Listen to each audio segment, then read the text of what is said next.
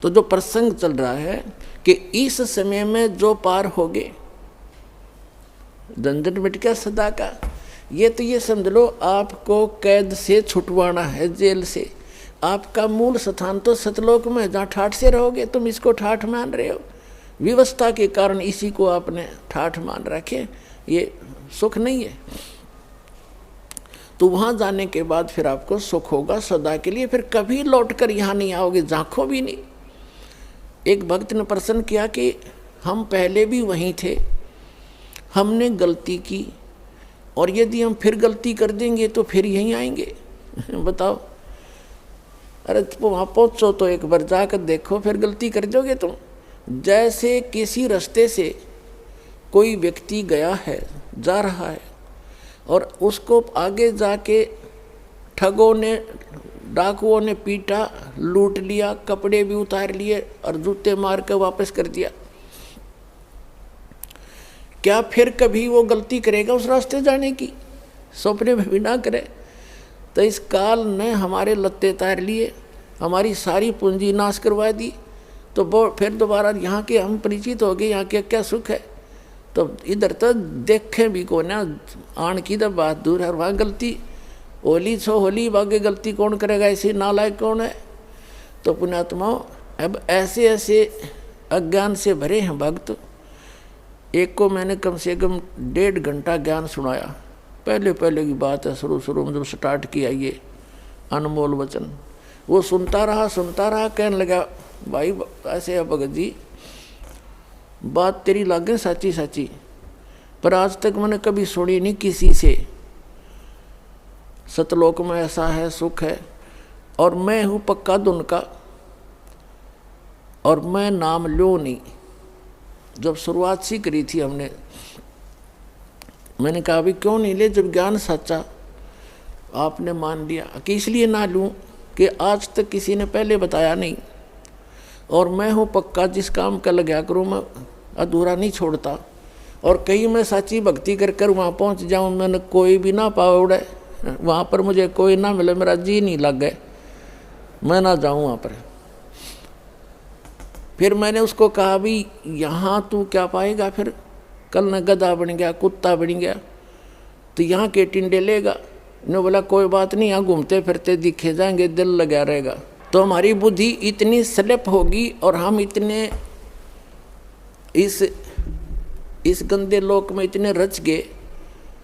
और सच उसकी बात कुछ दम भी था कि आज तक किसी ने बताया नहीं, कोई ऐसा स्थान भी है। स्वर्ग तक तो हमने सुना, स्वर्ग में जाते हैं फिर वापस आ जाते हैं, ये भी खूब पता है हमने भी, जैसे जितने जिसके पुण्य होंगे इतने रहेंगे। तो पुण्यात्माओं, हम इतने गिरावट में आ गए अज्ञानता के कारण। तो अब इस सतर से, और आपको वहाँ सतलोक के सतर के लेवल का बनाना, ये परमात्मा के ये शक्ति रूपी क्रेन आपकी बुद्धि ने उठा रही है। ये जीव की सतर से नहीं उठ सकती। ऐसा ज्ञान दे दिया परमात्मा ने, ऐसी भक्ति दे दी, ऐसे सुख देगा आपको जो कभी सोचे ना देखे ना सुने। आपने सुने होंगे लेकिन आपने महसूस कभी नहीं हुए, आपको प्राप्त कभी नहीं हुए। आपके घर में सुख देगा, आपकी रक्षा करेंगे परमात्मा नु, आपको दिखा देंगे कि आज 10 में ना होता था, तेरे साथ ये घटना घटनी थी।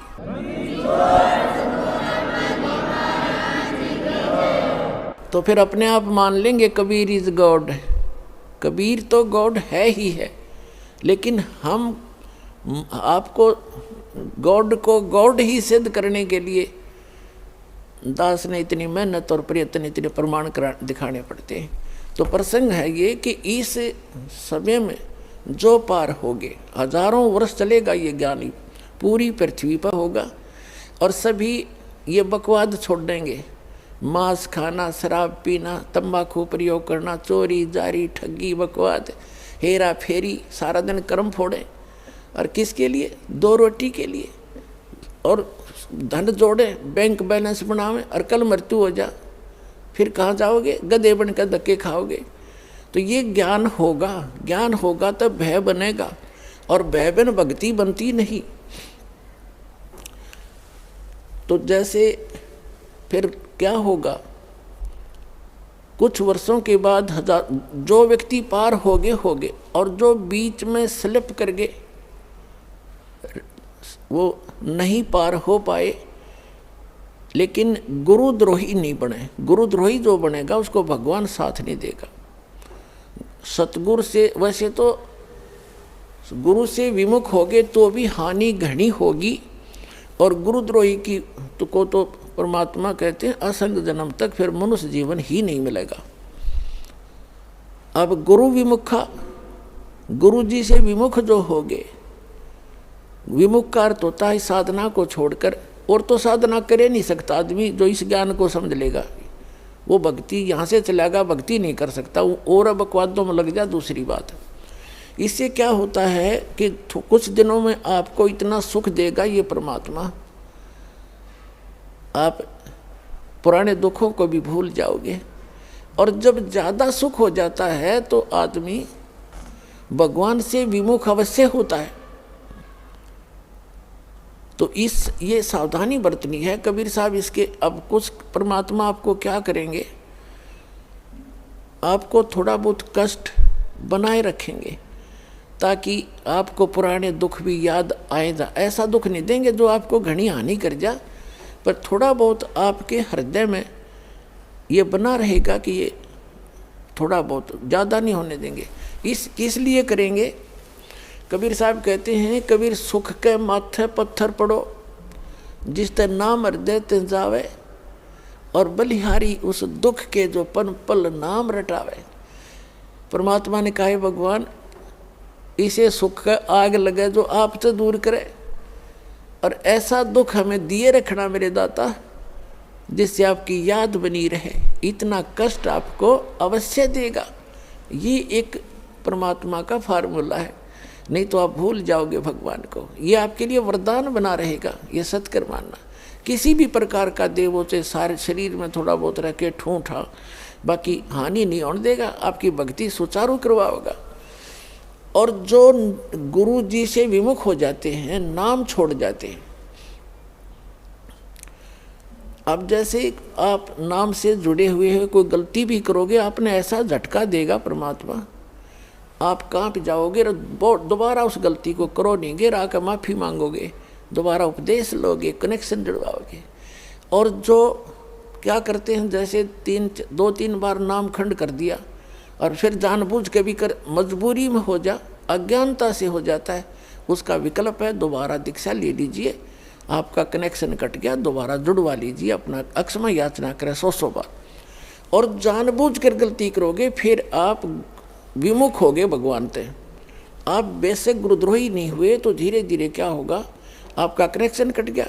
कनेक्शन कटने से उससे पहले जो आपने भक्ति साधना की भगवान की, ये सत्य साधना जो आपको दे रखी, इससे आपके बहुत गने भक्ति पुण्य इकट्ठे हो गए और आपने नाम भी त्याग दिया, यहाँ आना भी बंद कर दिया, और घर पे भी आप रहने लगे। कभी मंत्र करोगे, कुछ दिन तो करोगे लगातार, लेकिन फिर काल नहीं करने देगा और बकवादों में बढ़ जाओगे, और फिर भी आप सुखी होगे। क्यों होगे सुखी? क्योंकि आपने जितनी बैटरी चार्ज कर ली 1 वर्ष 2 वर्ष 4 वर्ष यहाँ रह करके इस सत भक्ति से, तो वो तो आपके साथ है। लेकिन भविष्य में आपका चार्जर ठीक नहीं रहा तो एक दिन वो पिछले पुण्य समाप्त होंगे और कैर फिर शुरू होंगे। अब जैसे कई भक्त अब तो खैर नहीं जाएंगे, अब तो ज्ञान हो गया, बुद्धिमान हो गए। शुरू में हमारे साथ बड़ी समस्याएं रही। कोई शुरू में आए, उनको इतना सुख दिया, 1-2 वर्ष रहे, फिर छोड़ छाट गए। कोई लोक इलाज में आके, कोई वैसे बकवादों में। तो वो क्या कहा करते कि हमने नाम भी छोड़ दिया, हम तो फिर भी सुखी हैं, क्या रखा है उसमें। अब उनकी ऐसी ब्रांड मैटी हो रही है, दुर्गति, अब दोबारा आने लग रहे हैं, वह पूंजी खत्म होगी। तो कहने का भाव ये है कि जैसे वो ये कहते हैं कि हमें कोई दुख नहीं अब, और तुम भक्ति कर रहे हो तो भी क्यों आप महसूस करोगे कि इसने नाम भी छोड़ दिया, और यूँ कह मुझे कोई दुख नहीं, सारे ठाठ से दिखे इसका। और आप फिर भी ये कहते हो कि मुझे थोड़ी बहुत कोई शरीर में गड़बड़ सी है या कोई और छोटी मोटी लॉस, और वो छोटा मोटा जो लॉस होगा पुण्यात्मा हो, लाखों का हजारों में टालेगा भगवान आपका। आपने वो भी गणा दिखेगा फिर बिना ज्ञान के। तो उसके लिए एक प्रमाण है, जैसे कोई बच्चा विद्यालय में पढ़ रहा है और वो ठीक से पढ़ाई करके नहीं आता है तो अध्यापक उसको खुरकाता है, धमकाता है, एक आधा थप्पड़ भी लगा देता है और उसको उसके भविष्य को उज्जवल बनाने के लिए, उसको ठीक लाइन पर रखने के लिए। और एक बच्चा विद्यालय त्याग गया और वो सारा दिन गधा पर बारी लेता फिर, घूमता फिर, गधों की सवारी कर रहा है, कभी वृक्षों पर चढ़ रहा है, बनी में घूम रहा है, तो उस बच्चे ने, वो बच्चा क्या कहता है कि अब मुझे अध्यापक कुछ नहीं कहता, देखो मैं तो ठाठ से अपना मनमर्जी कर रहा हूँ। तो वो उस टीचर के क्राइटेरिया से बाहर हो गया, वो उसका नाम कट गया, वो अपने कर्म फोड़ रहा है। और जो बच्चा विद्यालय में पढ़ रहा है वो उसको इसलिए खुरकाया धमकाया जाता है कि उसका भविष्य बन जाए और वो सफल होगा। वो फिर आगे चल के जो नाम त्याग गया, नाम जिसका कट गया यानी विद्यालय से, आगे चल के वो मजदूरी करेगा और वो एक अच्छा अफसर बन के या कोई अच्छा बिजनेसमैन बन करके सुख पाएगा। तो इस प्रकार जो परमात्मा के ट्रीटमेंट में है, आप स्टूडेंट रहोगे जब तक परमात्मा के, आपको गलती करोगे झटके भी देगा, छोटा मोटा आपको खुरकावा धमकावेगा किसी भी कारण से, आपको सुचारू रखने के लिए। और जो चले गए नाम कटवा के, उनको आगे पता लगेगा वो किसी बैरिस्टर बनेंगे। अब जैसे ये दास जूनियर इंजीनियर सिविल की सर्विस किया करता था हरियाणा गवर्नमेंट में, उस समय हमारा भी एक नहर का काम चल रहा था, एक रोड का काम चल रहा था साथ साथ। तो वहाँ जो रोड के ऊपर मिट्टी डाल रहा था और वहीं एक एक्सीडेंट आ गया उस B&R का, और अब वहाँ देख कर सारा उनके काम को चेक करके चला गया। उसके जाने के बाद वो व्यक्ति जो वहाँ मजदूरी कर रहा था वो कह रहा है कि ये मेरा सहपाठी था एक्सीडेंट, ये मेरा क्लास फेलो था 8वीं तक, मैं पढ़ा नहीं, ये इंजीनियरिंग कर गया। आज देखो मैंने अपने कर्म फोड़ दिए, मेरे बच्चे तो यहाँ मिट्टी में लेटे हुए हैं वृक्ष के नीचे और ये आज गाड़ी में घूम रहा है। अब परमात्मा कहते हैं जो भगवान से दूर हो गए और इस परमात्मा के विद्यालय में नहीं रहे, वो बाद में न्यो रोया करेंगे जैसे वो रो रहा था। तो कबीर साहब कहते हैं अच्छे दिन पाछे गए और गुरु से किया ना हेत, अब पछतावा क्या करे, बिरा चिड़िया चुग्गी खेत। तो पुणात्मा इसलिए अपने सतर्क रहना है, सावधानी बरतनी है। अब जो परमात्मा से ये तो विमुख हो गया, जैसे किसी ने सारनाम भी प्राप्त कर लिया, सतनाम तक प्राप्त कर लिया, क्या होगा, और वो विमुख हो गया। एक तो गुरुद्रोही होता है, एक गुरु से विमुख हो जाना। तो परमात्मा कहते हैं, गरीबदास जी ने कहा कि गुरुद्रोही की पैड़ पे जय पगावे वीर और 84 निश्चय अपने सतगुरु कहें कबीर। जो गुरुद्रोही हो गए उसकी पैड़ पे पैड़ यानी उसके कदम पर, उसके पैर के चिन्ह पर अगर आपका कदम रखा गया, कहते हैं तो भी 84 लाख योनियों में जाओगे। वो गुरुद्रोही जो हो जाता है। गुरुद्रोही कौन होता? जो गुरु जी की निंदा करता है और इस नाम को त्याग जाता है, कोरी बकवाद गढ़ता है, झूठ बोलता है, नरे आरोप लगाता है, वो गुरुद्रोही हो गया। और उसकी पैड़ पे पैर रखना, कहते हैं 84 निश्चय पड़े नो सतगुरु कहें कबीर। गरीबदास जी ने अपनी इस अमृतवाणी के साथ अपने परमात्मा कबीर जी की छाप साथ सहयोग लिया है कि ये भी ऐसा ही कहते हैं। अब पैड़ पे पैड़ रखना ये नहीं है कि गुरुद्रोही जा रहा है, आप वहाँ पीछे पीछे जा रहे हो तो उससे वो नहीं कि उसके कदम पे कदम नहीं रखना। अगर जैसे घर का कोई सदस्य हो जाए गुरुद्रोही, उसकी गुरुजी के बारे में जो वो बकवास करता है या भगवान के बारे में, उसकी हाँ में हाँ नहीं मिलावे, उसकी बात को हृदय से भी नहीं मानना कि सच्ची कह रही है, उसने सोचे बकवास करता है और करता रहेगा। उसके कहे अनुसार अपने हृदय में जरा भी कमजोरी नहीं आने दे, तो साथ रहकर भी वो उसने कदम से कदम नहीं मिलाया, उसकी पैड़ पे पैड़ नहीं रखी। गुरुद्रोही की पैड़ पर जय पगावे वीर, 84 निश्चय पड़े नो सतगुरु कहें कबीर। ये इस तरह पैड़ होता है, इन्होंने किसी कदम पर कदम रखेगा उससे तो चिंतित हो जाओ तुम, ऐसा नहीं। फिर गुरु विमुखा, सतगुरु विमुखा युग युग रोए, ओहे मानुष जन्म पाके खोए। जो गुरु जी से विमुख हो गए, कहते हैं वो युग युग रोए और मनुष्य जीवन पाके खोए। अब जैसे जो सतगुरु विमुख हो गए, युग युग कैसे रोएगा। अब जैसे प्रथम मंत्र आपको दिया, इसकी आप 108 मंत्र की माला डेली फेरते हो, ज़्यादा बेस से कर लेते हो, क्योंकि यदि करने का है काम। फिर सतनाम का आपको कितनी कीमत बता रखी है। सतनाम पालड़े रंगोरी हो, 14 लोग चढ़ावे राम रंगोरी हो, 3 लोग पास रंगोरी हो, तो ना तुला तुला राम रंगोरी हो। तो जिसने तीनों नाम प्राप्त कर लिए, अब वो कितना भक्ति का धनी हो गया। और किसी कारण से सतगुरु विमुख हो गया, विमुख होगा वही पार नहीं होगा, नहीं तो पार हो गया आप सभी।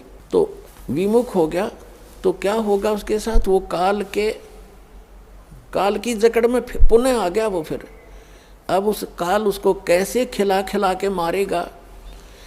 अब जैसे आपने प्रथम मंत्र का जाप खूब कर रखा है, श्री गणेश जी का, श्री ब्रह्मा सावित्री जी का, श्री विष्णु और लक्ष्मी जी का, और श्री पार्वती और महादेव जी का, और दुर्गा जी का, ये मंत्र आपने खूब कर रखे। और पहला और लास्ट जो मंत्र इन मंत्रों में है वो परमात्मा का मंत्र है। इसके लिए उसमें इसलिए जोड़ा गया है कि जैसे कई बार क्या होता है कि प्रथम मंत्र आप ले जाते हो, कुछ घर का माहौल ऐसा होता है, कुछ विश्वास दृढ़ नहीं होता है, तो ये इतना अनमोल मंत्र है, इस मंत्र का आपने एक भी जाप कर लिया तो भी आपको मानुष जीवन मिलेगा।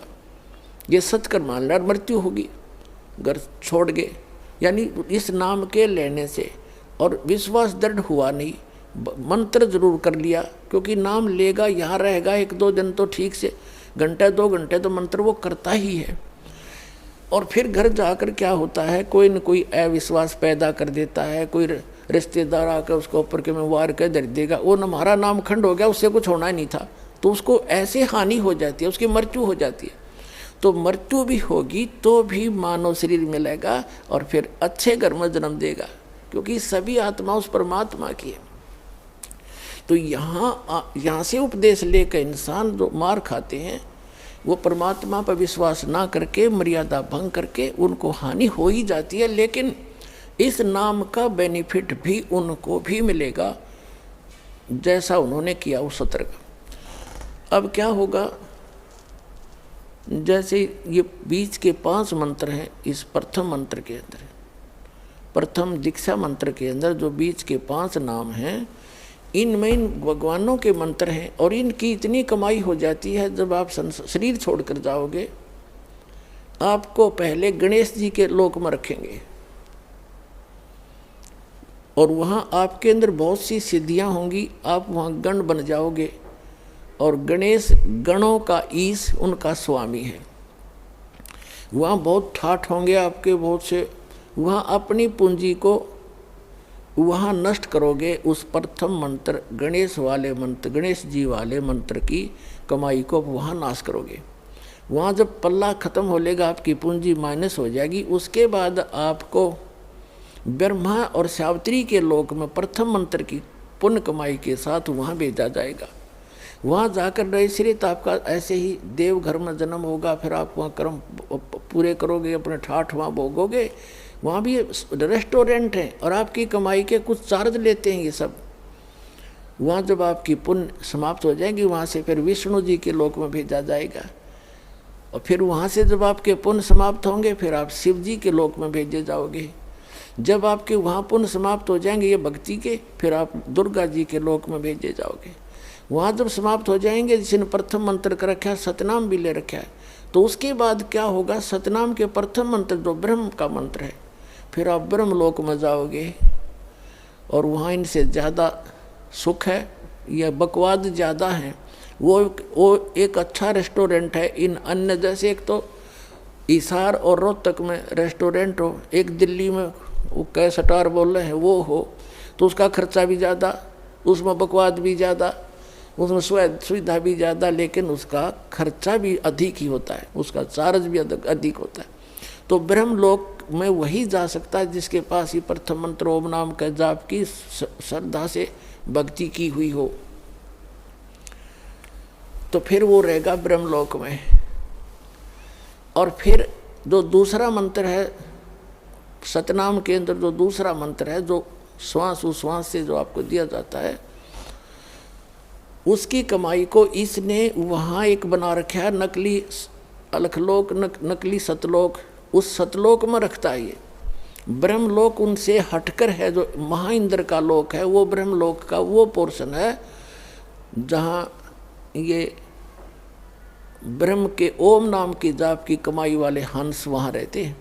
कहने का भाव ये है दास का कि आपकी और जिसने सारनाम मिल गया है पूंजी, वो बाकी तो उसकी सारी नष्ट हो जाएंगी।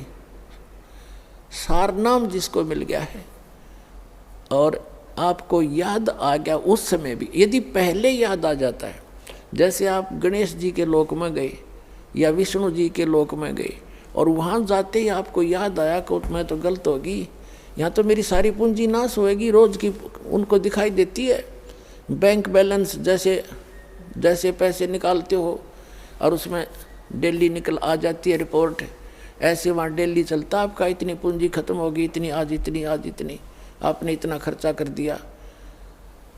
तो फिर उसको याद आता है कि भैया तो गलत हो गया, और गुरुजी बताया करते थे ये तो बात बिगड़ गई, मैं तो गलत आ गया, मैंने तो कहीं और जाना था। फिर उसको याद आ गई कि मेरा तो नाम कट्या होगा, फिर जब मैं यहाँ आ सकता हूँ वैसे तो आ ही नहीं सकता, नाम खंडवा होगा। तो यहाँ कहते हैं शिव मंडल ब्रह्मापुरी चाहे विष्णु लोक में हो, हमरे गुण भूले नहीं तो आन छुटाऊँ। तो यदि वहाँ भी आपका ये बात याद आ गई कि मैं तो गलत आ गया, भगवान कोई गलती बनी होगी मेरे ते, वो गलती ऐसी बनती है जो स्वयं को मालूम ना हो और गुरुद्रोही ना हो, वैसे गफलत करके हट जाता है आदमी दूर, तो वो गुरुद्रोही नहीं होता, उसकी फिर वहाँ भी अर्जी स्वीकार होती है।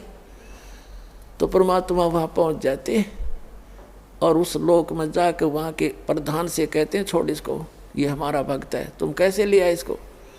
तो तुरंत हाथ खड़े कर देते कि ले जाओ जी, ले जाओ अपना।